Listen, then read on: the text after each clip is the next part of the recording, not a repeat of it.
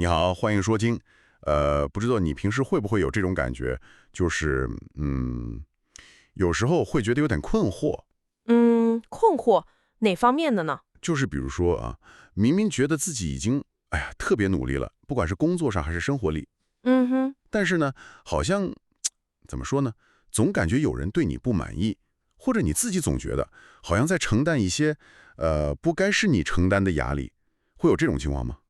这个太普遍了，很多人可能都有类似的感受，对吧？感觉自己付出很多，但好像结果不太对，或者人际关系里有点累。对对对，就是这种累，尤其是在比如家庭关系里，或者跟伴侣相处的时候，亲密关系里更容易出现。是吧？你是不是有时候会觉得为了满足别人的期望，比如说父母的、伴侣的，搞得自己心力交瘁？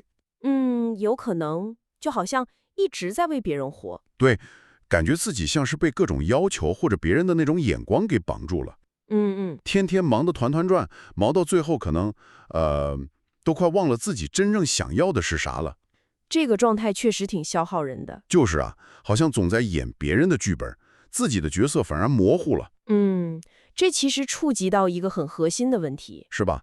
所以我在想啊，其实啊，很多时候我们感到的这种痛苦啊、挣扎呀，可能它的根源就在于人际关系里的那个界限，界限感，对，界限不太清楚，我们好像经常自己都没意识到，就背上好多不属于自己的责任，或者别人的情绪什么的。把别人的东西扛到自己身上了。对，所以呢，今天我们就想跟大家一起深入探讨一个，我觉得哇非常有启发性的概念。哦，是什么呢？这个概念呢，是来自著名的个体心理学创始人阿尔弗雷德·阿德勒，奥德勒，我知道，很有名。对吧？他被称为自我启发之父。他提出了一个理念，叫做客体分离。客体分离，听起来有点儿，学术。他听起来好像有点理论化，但其实啊，阿德勒提出这个，就是为了帮助我们看清楚人跟人之间那个责任的边界到底在哪儿。哦，划清界限。对，把界限划清楚了，就能帮我们摆脱掉很多不必要的焦虑呀、内耗啊，然后找到内心的那种平静和自由。听起来很有吸引力。摆脱焦虑，找回自由。是的，所以今天呢，我们就依据你提供的这份关于课题分离的挺详尽的资料，咱们一起来探索一下，好啊，看看这个概念具体是啥意思，然后关键是怎么用它。应用很重要。对，怎么用它来分清楚到底什么是我的事儿，什么是别人的事儿，这样也许就能让我们活得轻松一点，自主一点。期待。好，那我们准备开始喽。来吧。好，那我们先来说说到底什么是课题分离呢？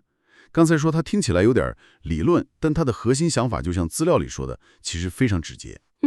它核心是什么？简单来说，它就是要我们去判断，就是面对一件事情的时候，先问自己，这件事它的责任最终到底应该由谁来承担？谁承担后果是吧？对，就是谁需要为这个选择或者这个行为带来的最终结果负责。把这个问题想清楚了，很多烦恼啊、纠结啊，就能一下子清晰很多。听起来像是在找责任人。差不多是这个意思，但更多的是为了厘清自己的内心。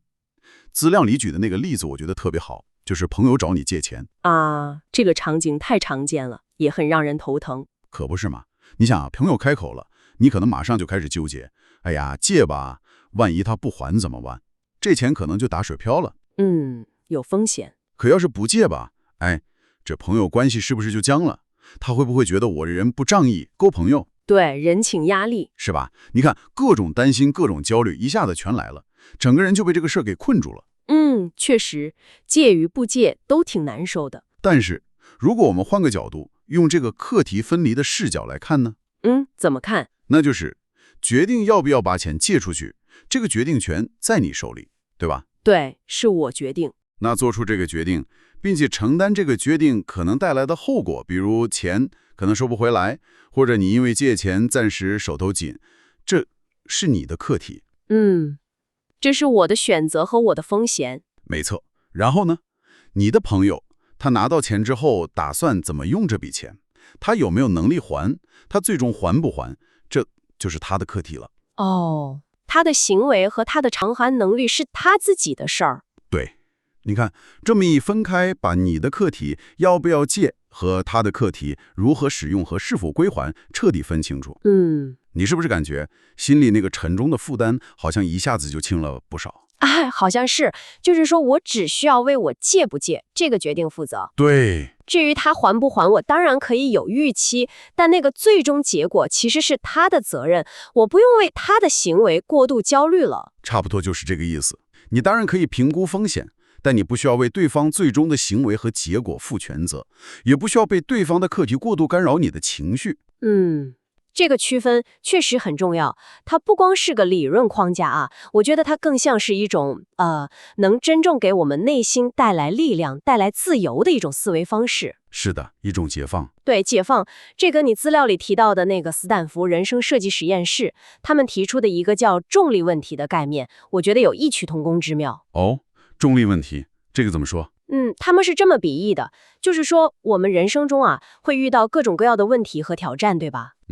有些问题呢，就像重力一样。什么是重力？就是客观存在的，你没法改变，也没法控制的现实。比如呢？比如，整体的经济大环境好不好，我们控制不了吧？控制不了。比如别人，尤其是那些我们不熟悉的人，或者即使是熟悉的人，他们最终在心里怎么评价我们，怎么想我们，我们能完全控制吗？也控制不了。别人的想法很难改变。对，再比如我们无法阻止时间流逝，无法改变过去发生的事情，这些都像是重力一样，是现实的一部分。理解了，就是些我们无能为力的事。没错，对于这些重力问题，斯坦福人生设计实验时就说，我们如果投入过多的精力去焦虑，去试图对抗，其实是徒劳的，因为他们就在我们的影响范围之外。你跟重力较劲能有结果吗？好像不能，只会让自己很累。对，而另一类问题呢，就不是重力问题，它们是我们可以通过自己的努力去影响、去解决，或者至少去改善的。这又是指哪些呢？比如说，你可以调整自己的职业目标，对吧？可以。你可以去学习新的技能，提升自己的能力。可以。你可以改变自己的沟通方式，改善和别人的关系。你可以调整自己的作息，改善自己的健康状况，这些都是你能着手去做的。这些是自己可以控制的。对，所以客体分离的核心价值，我觉得就在于帮助我们特别清晰地识别出这两类问题。就是分清哪个是重力问题，哪个是我能解决的问题。没错，它让我们不再为那些我们无法抗掌的重力问题，比如别人的最终决定、别人的情绪反应、别人的评价，而消耗我们宝贵的心理能量，而是把这些精力集中投入到我们自己能够负责、能够有所作为的课题上来。比如我怎么表达自己，我怎么提升自己，我怎么做选择。明白了，这真的是一种非常实际的自我解放，不跟无法改变的事情较劲，把力气用在刀刃上。对，就是这个意思。那这么说起来，这种区分能力听起来和我们常说的自我意识关系应该非常紧密吧？必然的。资料里也确实提到了说，自我意识是课题分离的基础。这个要怎么理解呢？为什么说基础是自我意识？这个联系非常直接。你想课题分离的核心是分清谁的责任，对吧？对。那你要想分清楚，前提是你得先知道你自己是谁，你的边界在哪里。如果你连自己是谁、自己想要什么、自己的底线和原则在哪里都不清楚，那你怎么可能有效地去分辨这件事儿到底是我的事儿还是别人的事儿呢？好像是这个道理。自己都一团模糊，那边界自然也是模糊的。对，我们来看看资料里那个李娜的例子，我觉得就很能说明问题。李娜，她说她感觉自己好像一直活在别人设计的轨道上。是的。无论是工作上追求晋升的压力，他觉得好像是为了满足公司的期待，还是在生活里父母对他婚姻生活的各种期望，他都感到压力巨大，喘不过气来。但同时呢，他又非常迷茫。对，他说搞不清楚自己到底想要什么。这就是关键。这种状态不就是典型的因为自我意识非常模糊，导致他无法划清自己和他人的界限吗？他把外界的压力、别人的期待，一股脑儿的全都当作是自己的问题、自己的责任来背负了。他没有去问，这个期待真的是我想要的吗？这个压力真的是我必须承受的吗？啊，所以他的痛苦很大程度上是因为没有做这个课题分离。完全正确。李娜的困境可以说就是缺乏清晰自我意识所导致的典型后果。那反过来说，如果他的自我意识足够清晰，如果他很清楚我是谁，了解自己真正看重什么，自己的需求是什么，核心的价值观是什么，人生大致想往哪个方向走，那么当外界的声音，比如别人的评价、别人的期待，甚至别人遇到的问题出现时，他就能更有能力去分辨。他就能判断了。对，他就能判断，哦，这个期待是父母的，他基于他们的想法和担忧，这是他们的课题。而我是否认同这个期待，我最终选择什么样的生活方式，如何为我的选择负责，这是我的课题。啊哈，如果自我意识不清晰，就像李娜那样，可能就会不加分辨的全盘接受，把父母的规划当成自己的目标去追求。然后可能走着走着就发现，这不是我想要的，内心很不快乐，甚至感觉迷失了。完全可能。所以说，提升自我意识的过程，本质上就是在提升我们识别这是谁的课题这个问题的能力。我明白了，所以得先了解自己，才能更好地划定你和他人之间的那个边界。没有自我，就没有边界可言。说得非常好，没有自我，边界就是模糊的，很容易被侵入，也很容易去侵入别人。而且像我们就咱们这个文化背景，好像特别强调集体啊、人际和谐啊什么的。对，东方文化，尤其是儒家文化影响下，确实更看重关系和整体。在这种环境下，人与人之间的那个界限，是不是有时候就更容易变得模糊不清？资料里好像也提到了这一点。的确是这样，这种文化强调相互依赖、相互关照，这本身是好的，但如果缺乏边界意识，就很容易导致课题混淆。比如呢，有那些常见的表现。比如啊，在工作单位，我们可能会下意识地期待领导像个大家长一样，无微不至地关照自己的情绪和发展。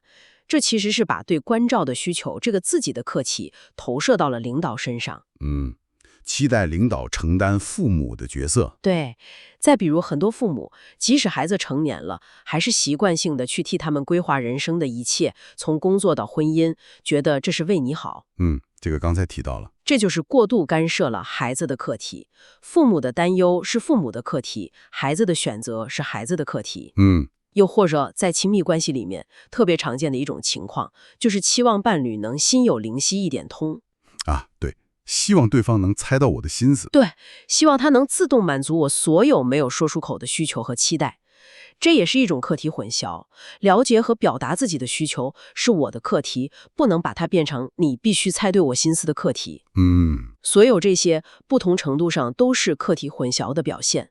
我们要么是把自己的期待和需求，希望被照顾、被理解、被满足，投射到别人身上，要求别人为我们的感受负责；要么就是过度介入、干涉别人的选择和人生，比如替孩子做决定，或者对伴侣的行为指手画脚。结果呢？结果往往就是双方都感到很累、很沮丧，甚至很委屈，关系也因此变得紧张，充满了误解和冲突。所以在咱们这种文化背景下，有意识的去学习和实践课题分离，去培养清晰的自我意识和健康的边界感，可能挑战性会更大一些，因为习惯的力量很强。需要抵抗一些文化惯性。对，但也正因为如此，它可能对我们来说更加重要、更有价值，因为它能帮助我们从很多普遍存在的人际困境中解脱出来。确实如此。这么说来，要想真正的去实践这个课题分离，好像第一步也是最重要的一步，就是要对自己有一个足够清晰的认识。是的，自我认识是基石。资料里好像还提到了其他几个相关的方面，比如说要学会自我关爱，要能够面对失败，还要能够摆脱他人评价的束缚。这几点也很关键。我感觉这几点好像也是建立清晰自我意识，然后最终能够做到客体分离的，重要的基础或者说支撑。完全正确。他们可以说是相互相成，共同构筑了能够进行客体分离的那个自我。那我们能不能稍微展开说说，比如这个自我关爱？好，你看资料里提到的，如果一个人他总是为了满足别人的期待而牺牲自己的需求，甚至把自己的价值完全建立在别人的认可之上，就是所谓的讨好型人格。有点那个意思。那当外界的支撑，比如说某段关系、某个认可他的人消失的时候，他会怎么样？可能会觉得天塌了，感到特别迷失和空虚。对，因为他的自我价值是外在赋予的，不是内在生成的。所以，自我关爱，它核心讲的是什么呢？就是要我们学会尊重和满足自己内在的需求，把自己放在重要的位置。对，把照顾好自己这件事儿当做是我自己的首要课题，而不是总等着别人来照顾我，或者为了照顾别人而忽略自己。你得先学会关注自己的身体健康、情绪需求，给自己补充能量，给自己充电，这样你才有力量去应对外界的挑战，才有底气去建立和维护健康的边界。一个电量耗尽的人是很难有力气去说不的，对吧？有道理。自己都顾不上了，哪人还有精力去划界限？那面对失败呢？这个怎么和课题分离联系起来？这个联系也很紧密。你想想，很多人为什么那么害怕失败？怕丢脸，怕被批评，怕后果严重，这些都有。但往深了说，很多时候是因为他们把结果看得太重了，而且他们把结果和自我价值紧紧地捆绑在了一起。我失败了，就等于我是个失败者。对，就像资料里提到的那个害怕高考失败的小林，他可能不只是害怕考试本身考不好，那他害怕什么？他更害怕的是考不好会辜负父母的期望，辜负整个家族的期望。他觉得如果失败了，他就不是一个好孩子，不是一个有价值的人了。他把自己的价值和满足别人的期望挂钩了。没错，你看这里面就出现了课题混淆。父母和家族的期望，那是他们基于自己的价值观和担忧产生的，严格来说是他们的课题。而我如何准备考试，如何调整心态去面对，最终考得怎么样，以及我如何看待这个结果，从中学习到什么，这才是我自己的课题。课题分离在这里的应用就是考试的结果本身，以及别人比如父母如何评价这个结果，这里面有太多我们无法完全掌控的外部因素，也有他们自己的标准和情绪在里面。这部分我们可以看作是他们的课题或者宠溺问题。而我们自己能负责的是过程中的努力、心态的调整，以及从这段经历中获得成长。这才是我们的课题。把关注点从无法控制的结果转移到自己能掌控的过程和学习上来。对，把每一次尝试都看作是一次探索和学习的机会，而不是一场成败在此一举的终极审判。这样对失败的恐惧就能大大减轻，你才能更轻松地上阵。这个视角转换很重要。那最后一个，摆脱他人评价。这个好像跟刚才说的有点像吗？是的，它们密切相关，但侧重点稍有不同。活在他人评价里，就像资料里那个追求完美、活得特别累的小贤。他总担心别人怎么看他。对，他活得那么累，就是因为把别人怎么看我看得太重了，把它当成了衡量自己价值的唯一标准。而课题分离就是要我们清晰地认识到，别人如何评价你，那是他们的课题。对，他们的评价是基于他们自己的标准、他们的认识、他们的情绪、他们的人生经验产生的，那是从他们的视角出发的，不一定反映真实的你，更不能决定你的价值。而你如何看待你自己，你选择什么样的生活方式，你坚持什么样的价值观，这才是你自己的课题。我自己怎么看自己，我自己选择怎么活。对，你需要从内心建立起属于你自己的价值体系，为自己而活，为自己负责，而不是像个牵线木偶一样，被别人的眼光和评价牵着鼻子走，不断的内耗。嗯，当然，要做到这一点，确实需要勇气，尤其是阿德勒反复强调的那种被讨厌的勇气。被讨厌的勇气。就是敢于不活在他人的期待中，敢于做真实的自己，哪怕这意味着可能会有人不喜欢你、不认同你。这个确实需要勇气。嗯，好的，说得真好。所以，无论是关爱自己，面对失败，还是摆脱他人的评价，他们最终都指向了同一个方向，就是不断地加深自我认知，提升自我意识，没错。清晰地知道我是谁，我需要什么，我的边界在哪里。只有这样，我们才能真正的有效地把自己的课题和他人的课题分离开来。是这个逻辑。那我们接下来就更具体的来看看课题分离在不同的我们日常生活中最常见的人际关系里到底是怎么应用的。好，先说哪个呢？亲子关系吧，感觉这里面的坑特别多。亲子关系确实是课题混合的重灾区，对吧？尤其是经常有一个特别大的误区，就是父母总喜欢打着那个旗号，我这是为你好啊，这句话太熟悉了。是啊，然后就可能，过度的干预孩子的生活。资料里那个小梁的故事，我觉得就非常典型。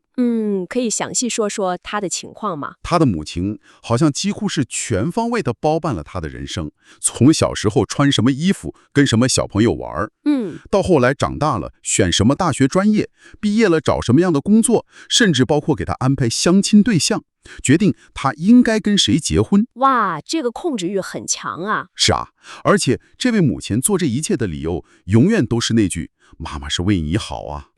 结果就是小梁感到非常非常的压抑，他内心其实很想反抗，享有自己的选择。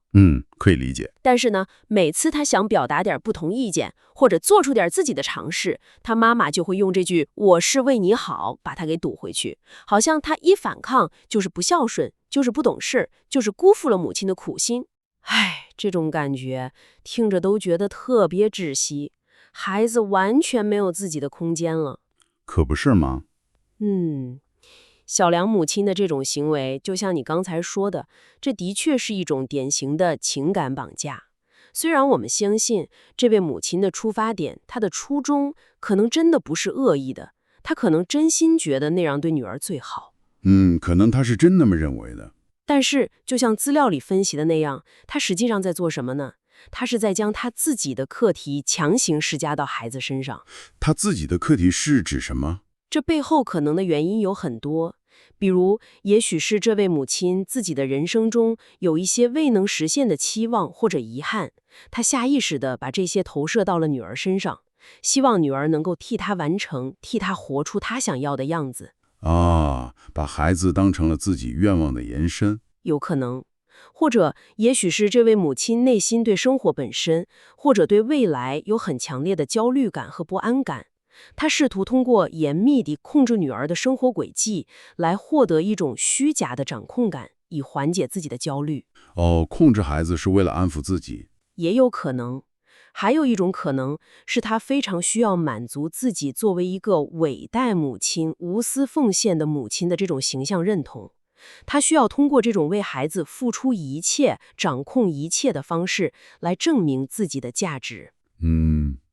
听起来原因挺复杂的。是的，但无论具体是哪种原因或者几种原因的结合，她都忽略了一个最重要的问题。是什么？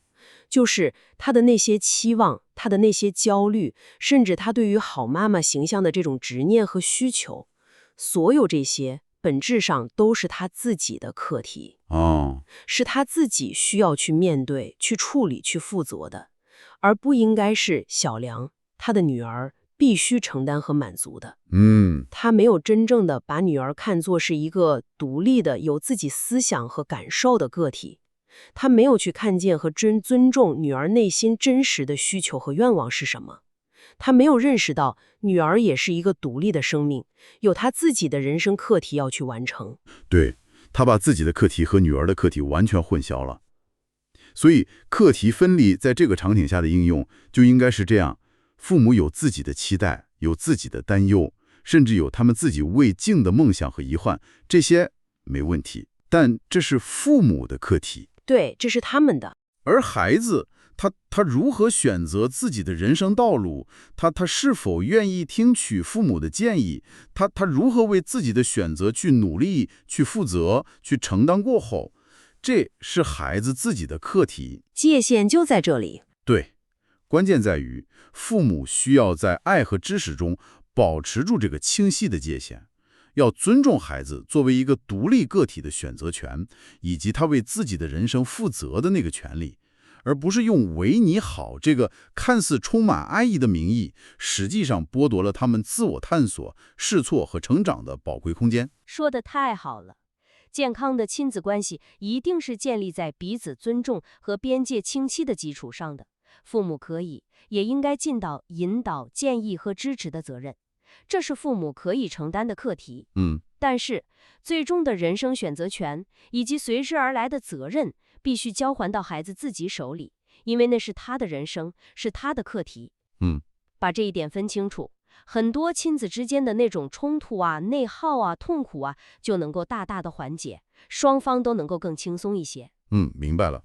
这个确实对很多家庭来说，都是一个需要去学习和调整的地方。是的，不容易，但非常值得。那我们再把目光转向另一种重要的关系——爱情关系。亲密关系。对，这里面课题混淆的情况也很多。资料里那个小平的故事也挺有代表性的。小平她是怎么回事儿？事情很简单，就是有一次她男朋友出去买饮料，买了自己的，但是没有顺便问她一声要不要喝，也没有给她带一杯。就因为这么一件小事儿，小平就大发雷霆。她觉得男朋友根本就不懂她，心里完全没有她，一点都不在乎她的感受。哇，反应这么激烈，就因为一杯饮料？是啊，听起来好像有点小题大做，是吧？有点儿。但这种场景在恋爱中其实还挺常见的，就是因为一些看似很小的事情，一方会觉得对方不懂我，然后引发很大的情绪。是的，小平这种反应其实触及到了亲密关系里面一个很常见，但往往不太健康的迷思。什么迷思？或者说，这是一种不太成熟的期待，就是期望自己的伴侣能够完全的、自动的读懂自己的心思啊，希望对方是自己肚子里的蛔虫。对，就像一个全能的、完美的父母那样，能够时时刻刻洞察到你所有没有说出口的需求、想法和情绪，并且主动来满足你。资料里把这种期待称为一种婴儿式的幻想。婴儿式的幻想？对，就像婴儿一样，他饿了、渴了、不舒服了，他不会说话，只能哭。他期待着妈妈能够立刻明白他需要什么，并且马上来满足他。在婴儿期，这种期待是正常的，甚至是生存所必须的。但是，如果我们把这种模式带到成年的亲密关系里，期待伴侣也扮演这样一个全能父母的角色，那可能就会带来很多问题。因为成年人不是婴儿了，伴侣也不是父母。对，成年人的健康关系是建立在平等、尊重和有效沟通的基础上的。我们不能理所当然地认为对方就应该有读心术。你期待对方在你根本没有清晰表达的情况下，就能完全猜中你的需求。比如，我其实也想喝杯饮料，或者猜中你的情绪。比如，我今天有点累，希望你关心我一下，并且还要为没猜中负责任。这本身就是把自己应该承担的课题给推卸到了对方身上。把哪个课题推给对方了？就是了解并清晰地表达我自己的需求和感受这个课题，这本来应该是我们自己的责任。我明白了。所以这里的课题分离，首先第一步是，我需要先懂自己。对，非常关键的第一步。我得先搞清楚我自己当下具体的需求是什么。比如我渴了，想喝饮料。我的情绪是什么？比如我希望被关心，或者我只是有点累。这是第一步，了解自己。然后第二步，我需要承担起表达自己的这个课题。没错，我得用一种清晰的、非指责的方式告诉对方我的想法和感受。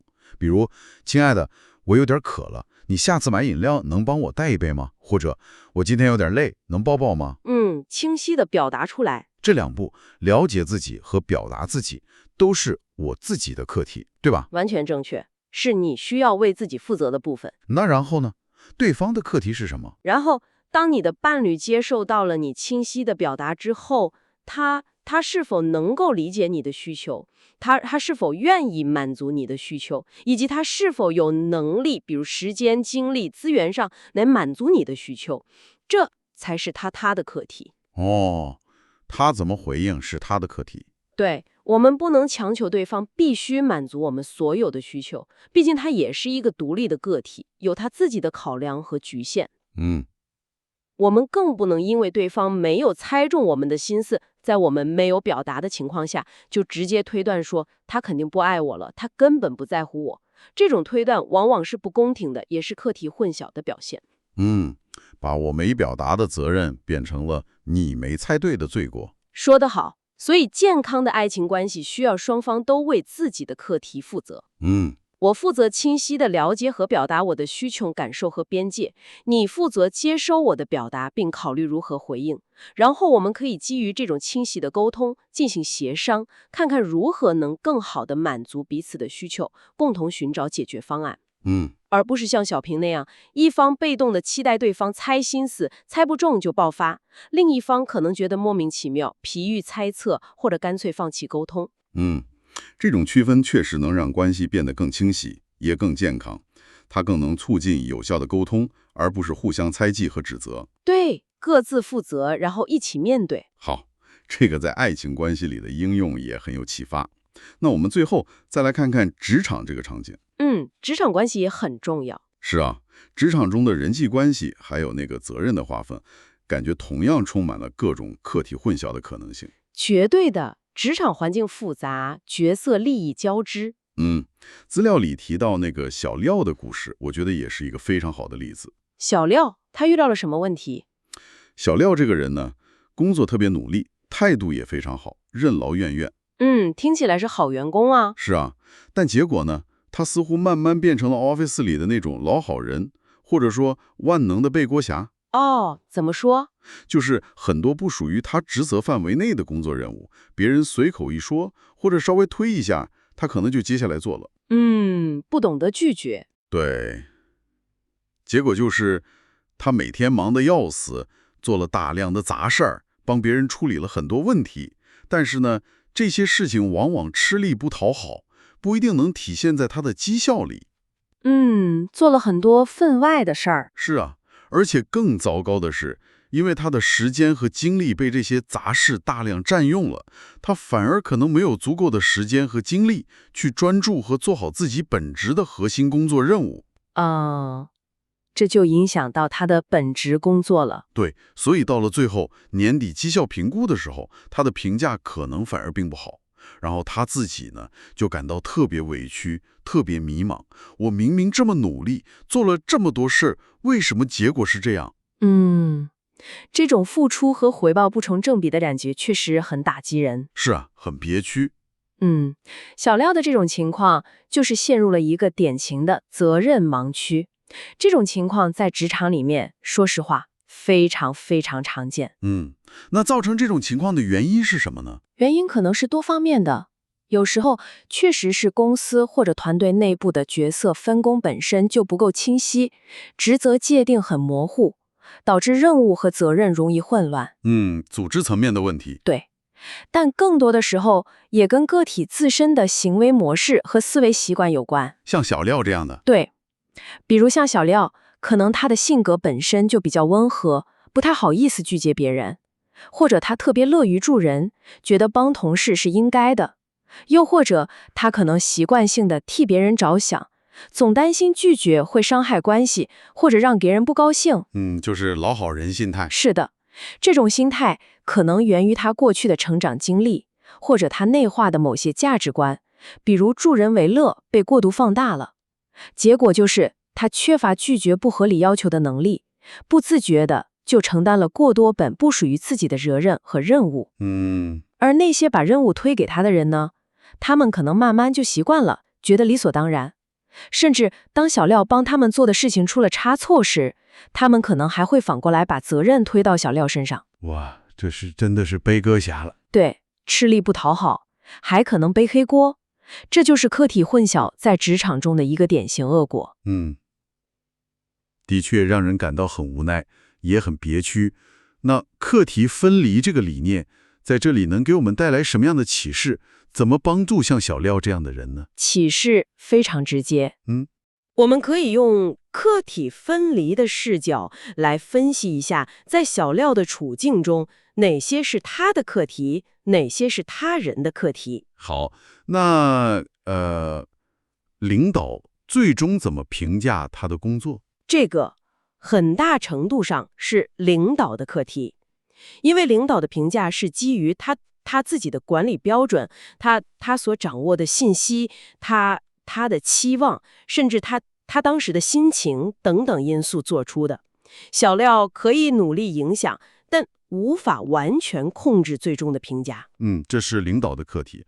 那同事怎么看待他？会不会觉得他好欺负，或者愿意不愿意配合他的工作？这同样很大程度上是同事的课题。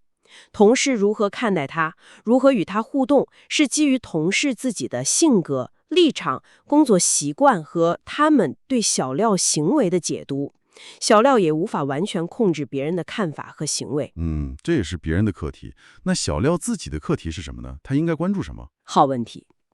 小廖真正应该聚焦的，他自己的课题是：第一，如何不断提升自己的核心业务能力，这是他价值的基础。硬实力。第二，如何清晰地理解和界定自己的工作职责范围，知道哪些是必须做的，哪些是分外的。明确边界。第三，如何有效地与上级沟通，比如主动汇报工作进展，确认工作优先性，表达自己遇到的困难，争取必要的资源。向上管理和沟通。第四，如何有效地与同事沟通协作，明确任务分工，建立合作关系。平级沟通。以及非常重要的一点，就是第五，当面对那些不合理的或者超出自己当前负荷和职责范围的要求时，如何学会恰当的、有效的，但是坚定的说不。学会拒绝。对，学会拒绝，目的是为了保护好自己的时间和精力，确保自己能够优先、高质量地完成那些真正重要、属于自己核心职责的任务。这才是小廖最需要负责的课题。提升自己，明确职责，有效沟通，学会拒绝，这4个方面是他自己可以掌握和努力的。完全正确，尤其是学会拒绝这一点，很多人像小廖可能觉得很难开口。怕得罪人。对，担心拒绝了会被人说自私、不好说话、不合群，或者担心别人觉得是自己能力不行。但就像资料里强调的，在职场这个环境里，合理的拒绝，它真的不是冷漠或者自私，它首先是对自己负责任的表现，对自己的时间和精力负责。同时，它也是对你本职工作负责任的表现，因为只有你保护好自己的精力，聚焦在核心任务上，你才能为团队和公司创造出最大的价值。一个被杂事儿拖垮、核心工作做不好的人，对团队的贡献反而是负面的。这个角度很有道理，保证核心产出才是关键。对，当然了，拒绝也是需要技巧和沟通智慧的，不是硬邦邦的怼回去。那怎么拒绝比较好呢？比如，你可以坦诚但是很专业的向上级或者同事说明你目前手头的工作优先性是什么，负荷大概是怎样的情况。摆事实。或者你可以提出，在你完成当前的核心任务之后，可以提供部分的协助。延后或者部分支持。或者你可以帮助对方分析一下这个任务是不是有更合适的人选可以承担，或者建议一个更有效的方案。提供替代方案。关键在于你的内心首先要有那个清晰的边界意识，你要知道什么是你必须承担的责任，什么是你可以协商、调整或者需要拒绝的。守住你自己课题的边界，才能避免被动地成为像小廖那样的万能背锅侠。有理有据、有节有度的拒绝，这个确实是职场人需要修炼的一项重要技能，非常重要。好的，这些分析都非常透彻，也特别实用。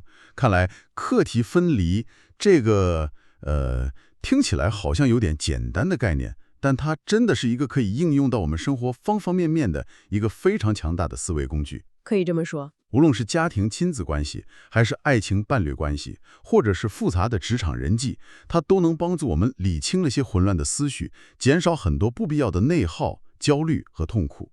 是的，它提供了一个清晰的框架。那么我们来稍微总结一下吧。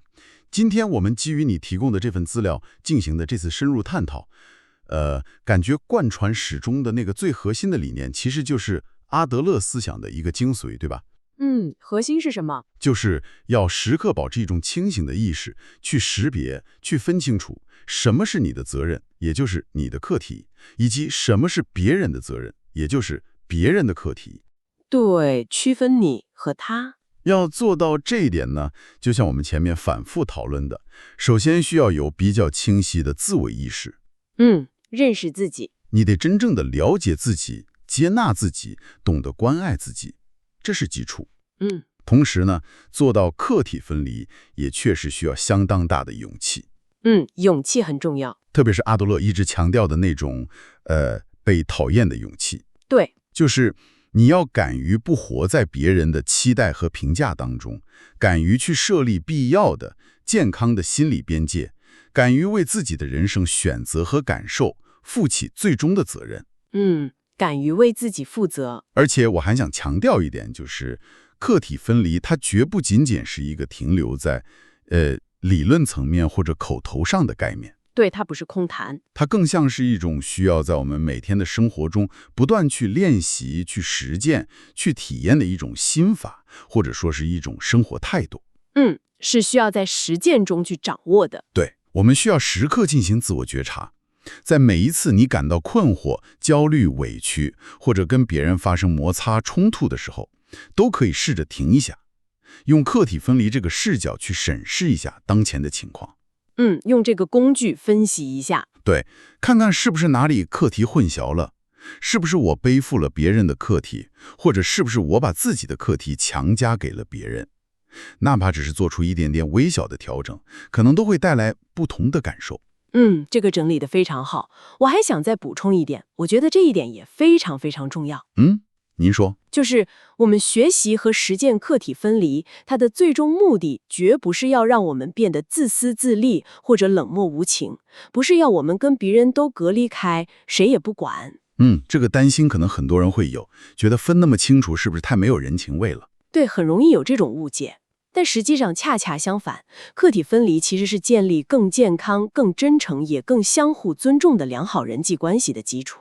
为什么这么说？你想啊，当你不再试图去控制别人的课题的时候，比如说你不再强迫别人必须按照你的想法去做，你不再为别人的情绪感受负全部责任，同时你也不再让别人的课题轻易的侵入和控制你的时候，比如说你不再活在别人的评价和期待里，不再被别人的问题搞得自己焦虑不安。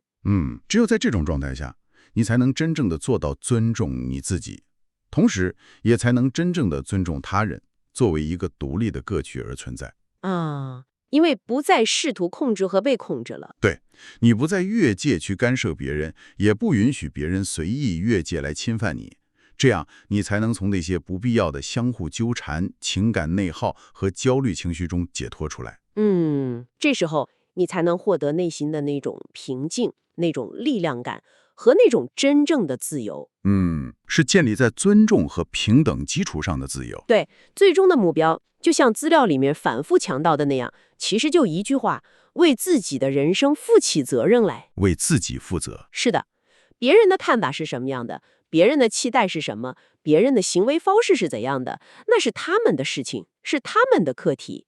而你选择如何回应，你选择如何思考，你选择如何感受，你选择如何生活，这才是你的事情，是你真正能够掌控，也必须去负责的。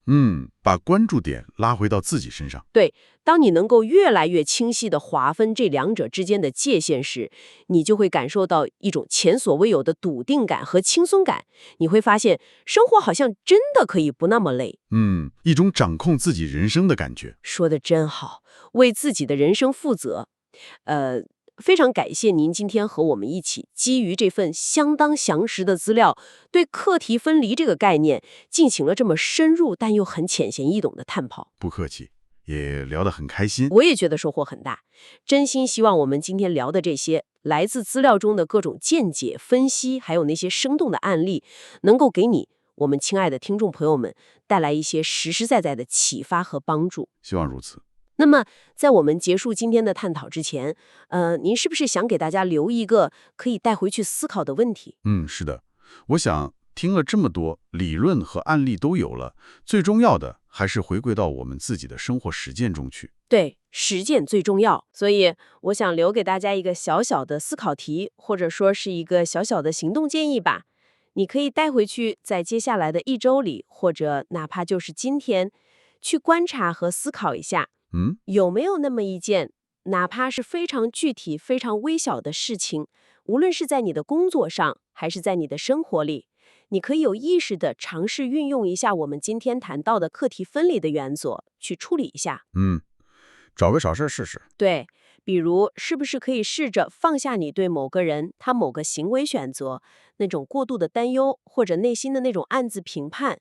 因为你知道了，那是他自己的选择，是他的课题，你只需要管好你自己的反应就好。放下对他人的过度关注。又或者反过来，是不是可以鼓起那么一点点勇气，哪怕就只有一次，去清晰的、平静的向某个人表达出你自己的一个真实的需求，或者一种真实的感受，而不是像以前那样憋在心里，默默的期待对方能够猜到。主动表达自己的需求。对，因为你知道了，了解自己，表达自己，这是你的课题。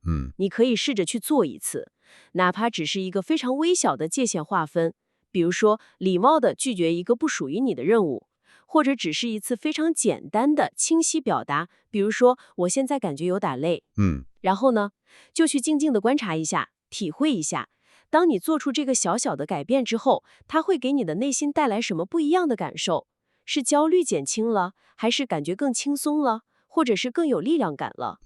观察内心的变化。对，也许这个小小的尝试，这个小小的界限划分，或者这次小小的清晰表达，就正是你迈向一个更自由、更轻松，也更负责任的人生的一个重要的小小的开端。从一件小事儿开始，实践课题分离，这个建议非常好。试试看吧。